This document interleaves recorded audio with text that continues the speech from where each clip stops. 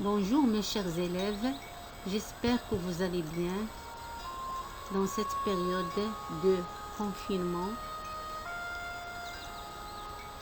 Et on va supporter tout ça, Inch'Allah. Alors, on a terminé la dernière leçon par une question, c'est quel est le devenir des produits de l'érosion. On va voir ça dans cette leçon, c'est-à-dire la leçon de transport. Les produits de l'érosion ne restent pas effectivement en place, ils se déplacent et se transportent par des agents. Les produits de l'érosion sont transportés par des différents agents de transport. Ils vont être transportés de leur lieu d'érosion vers leur lieu de sédimentation. Les différents agents de transport sont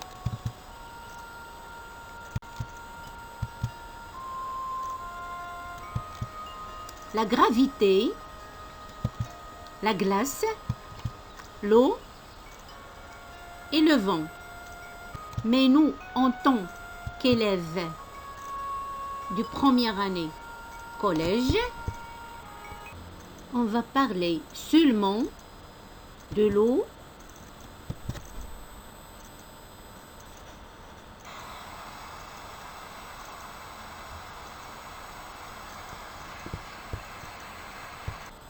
et du vent.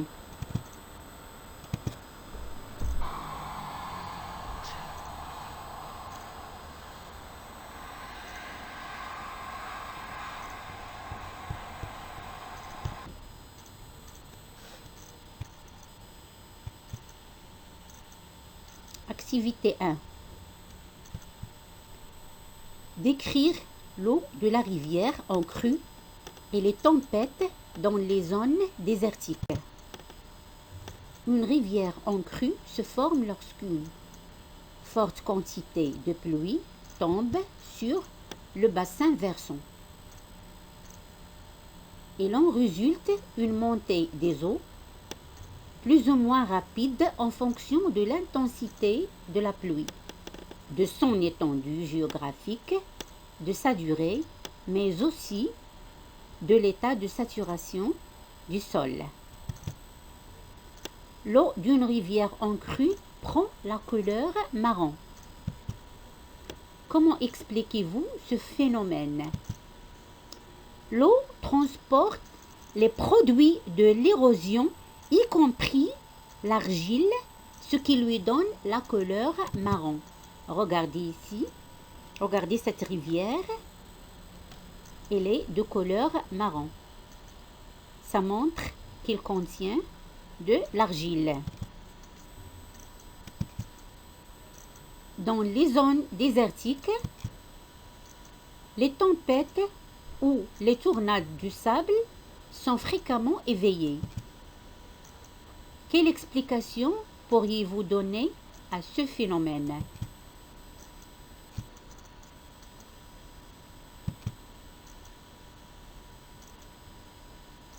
L'agent de transport des produits de l'érosion, c'est le vent, appelé transport éolien. Les tornades de sable prouvent que le vent est très violent.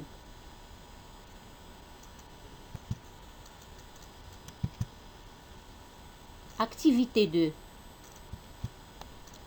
Sachant que le débit de l'eau, c'est le volume d'eau qui passe dans une section pendant une durée qu'elle s'exprime généralement en mètres cubes par seconde. Établir la relation entre le débit du courant de l'eau et la taille des éléments transportés.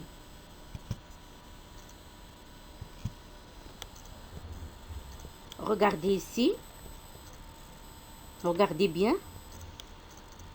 Quand on a une grande vitesse du courant d'eau, l'eau est capable de transporter toutes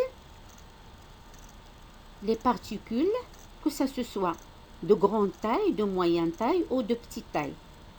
Mais quand on a une faible vitesse, comme ici, regardez, l'eau devient incapable de transporter les éléments de grande taille.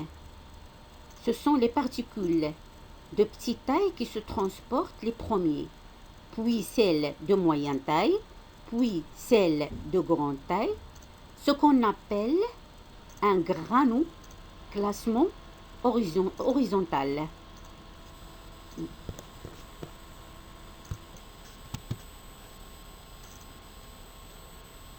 Alors, ce sont les particules les plus fines qui se transportent les premiers et qui se transportent les plus loin. Regardez ici, on a les blocs, ce sont les grandes particules, puis les graviers, ce sont moins grandes que les blocs, après le sable et après les boues. Donc ici on a un granuloclassement horizontal.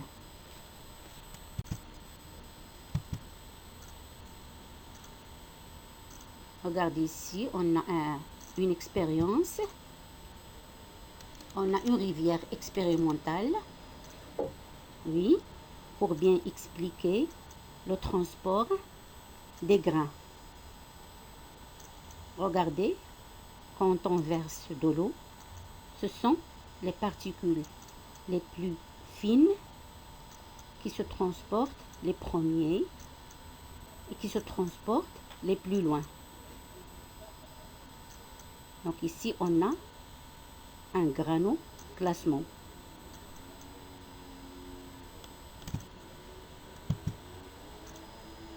Il existe une relation entre le diamètre des grains transportés et la vitesse de déplacement de l'eau. Cette relation est définie par le diagramme de Justrom. Les particules ne sont arrachées et transportées que si la vitesse est suffisante. Regardez ici, c'est un diagramme de Justrom. Regardez, on a l'axe désordonné, il exprime la vitesse du courant, et l'axe des abscisses, il comprend les diamètres, il comprend les grains, donc il exprime les diamètres de ces grains. Regardons ici, c'est un autre diagramme, c'est bien détaillé. On a l'argile, le sel, sable, gravier. On a aussi les blocs. Donc, ce diagramme met en relation l'érosion, le transport et la sédimentation de particules selon leur dimension en millimètres et la vitesse du courant en centimètres par seconde. Observez bien le diagramme et analysez ce que vous observez.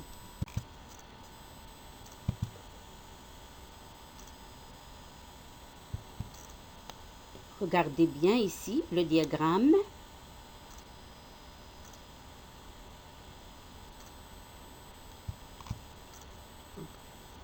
Par exemple, un grain de sable de 0,1 mm est érodé et transporté par un courant de vitesse supérieure à 20 cm par seconde. Il est encore transporté tant que la vitesse se maintient au-dessus de 2 cm par seconde, puis se dépose lorsque la vitesse devient plus faible.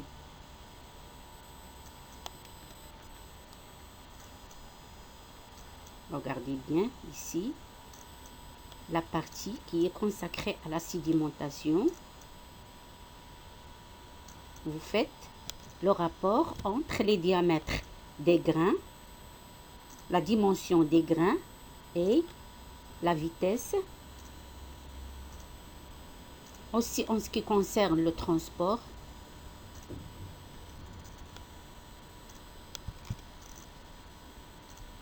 un courant de 100 cm par seconde transporte les particules inférieures à 0,205 mm déjà en suspension, érodées, et transporte celles comprises entre 0,005 et 10 mm et laisse déposer celles supérieures à 10 mm.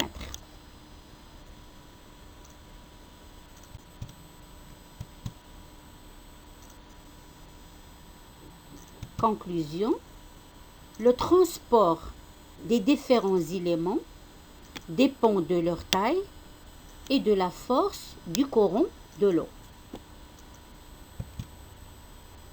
Plus la vitesse d'écoulement de l'eau est importante, plus les éléments seront transportés plus loin, notamment les particules les plus fines. On a déjà vu ça.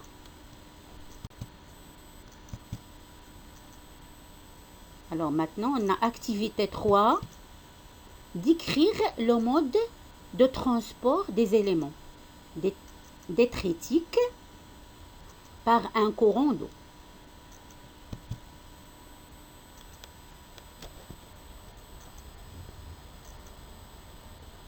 Regardez ici.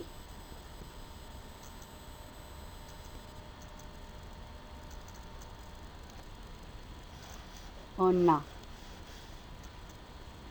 des saltations, du roulement, des glissements et des suspensions.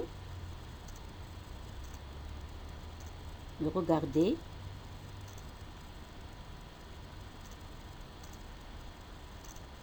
On a des différents modes de transport.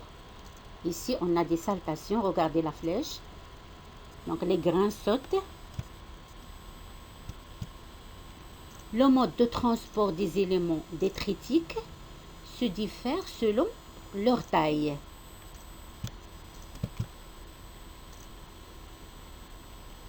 Transport des produits de l'érosion par l'eau.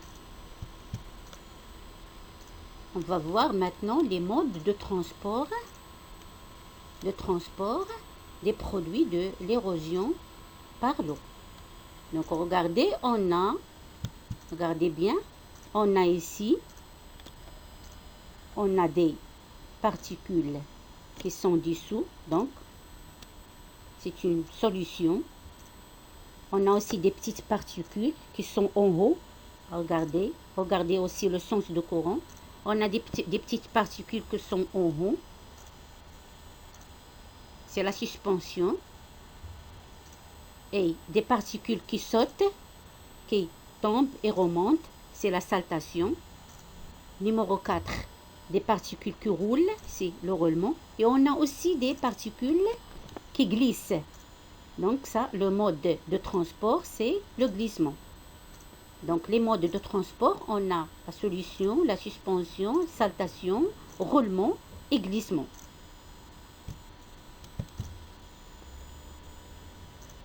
La morphoscopie, c'est un examen microscopique de la forme et de l'aspect des grains de quartz permettant de connaître la nature de l'agent de transport, la distance parcourue et la durée du transport. C'est ça la morphoscopie, c'est-à-dire on examine, on fait l'analyse microscopique de la forme et de l'aspect des différents grains de quartz pour connaître la nature de l'agent de transport et la distance parcourue et la durée du transport. Ce qu'on appelle la morphoscopie. Les étapes de l'étude morphoscopique d'un sable sont les suivantes. Préparation d'un échantillon de sable, c'est-à-dire on prépare un échantillon de sable, isolement par tamisage des grains de quartz ayant un diamètre compris entre 0,4 mm et 1,6 mm. C'est-à-dire on tamise l'échantillon pour avoir des grains qui sont compris entre 0,4 mm et 1,6 mm. Et après, c'est l'observation. C'est-à-dire on observe les grains isolés à la loupe binoculaire pour faciliter l'observation. On disperse les grains de quartz sur une surface noire en présence de lumière assez forte. Les photos ci-dessous représentent les principaux types de grains de quartz observés à la loupe binoculaire. On va voir. Regardez ici. On a des différents aspects des grains de quartz. On a les grains NU, les grains EL et les grains RM. Regardez bien. Les grains NU, ce sont, on dit NU, c'est l'abréviation des non usés. Donc NU, ce sont des grains non usés qui sont transparents, colorés et anguleux et qui indiquent que le sable n'a pas été transporté ou il a été transporté sur une courte distance. Donc ici, il s'agit du sable fluvial. Donc regardez bien ici, on a bien compris que la nature, la taille et la forme des grains qui montrent quel est le mode de transport de ces grains. Alors maintenant, on passe aux grains qui prennent l'abréviation EL. Ce sont des grains émoussés luisants. Ce sont des grains qui indiquent le transport par l'eau. C'est un transport, c'est-à-dire un transport hydrique sur une longue distance. Donc, il s'agit ici du sable de la plage. Et les grains RM, ce sont les grains de quartz de type, ce sont normalement, on a dit RM. Alors, ici, les grains de quartz de type RM sont ronds et mat. Ils sont des indicateurs de transport par le vent, c'est-à-dire transport éolien. On appelle le transport du vent un transport éolien sur une longue distance. Il s'agit d'un sable éolien. Regardez ici, on voit bien maintenant la forme, comment elle est, la forme NU, comment elle est la forme, elle est anguleuse. Oui, ça se voit bien qu'il est non usé. Et on fait la comparaison entre ces grains et les grains de RM. Ça montre quoi? Cela montre que la distance parcourue par les grains qui est responsable au changement de leur taille et de leur forme. Regardez bien, elles ont deux formes différentes. Et aussi la taille. Plus que la distance est longue, plus que les grains subissent des frottements et seront érodés.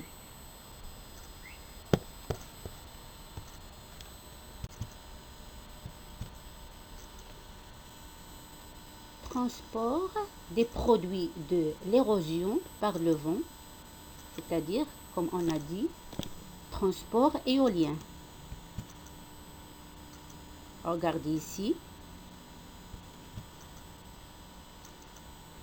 Le mode de transport, regardez numéro 4, c'est le sens du vent, c'est-à-dire la direction du vent. Regardez numéro 3, ce sont des particules qui sont transportées en suspension. Numéro 2, ce sont des particules qui sont en saltation, c'est-à-dire qui sautent. Ils montent et remontent. Numéro 1, ce sont des particules qui se transportent par des roulements. Et vous voyez les dimensions aussi, les dimensions de la taille de ces grains. Pardon, de ces grains. Regardez numéro 1. Ils sont de grande taille. Numéro 2, de moyenne taille. Numéro 3, de petite taille. Donc, c'est comme ça que vous apprenez que les particules de petite taille se transportent par suspension, de moyenne taille par saltation et de grande taille par roulement.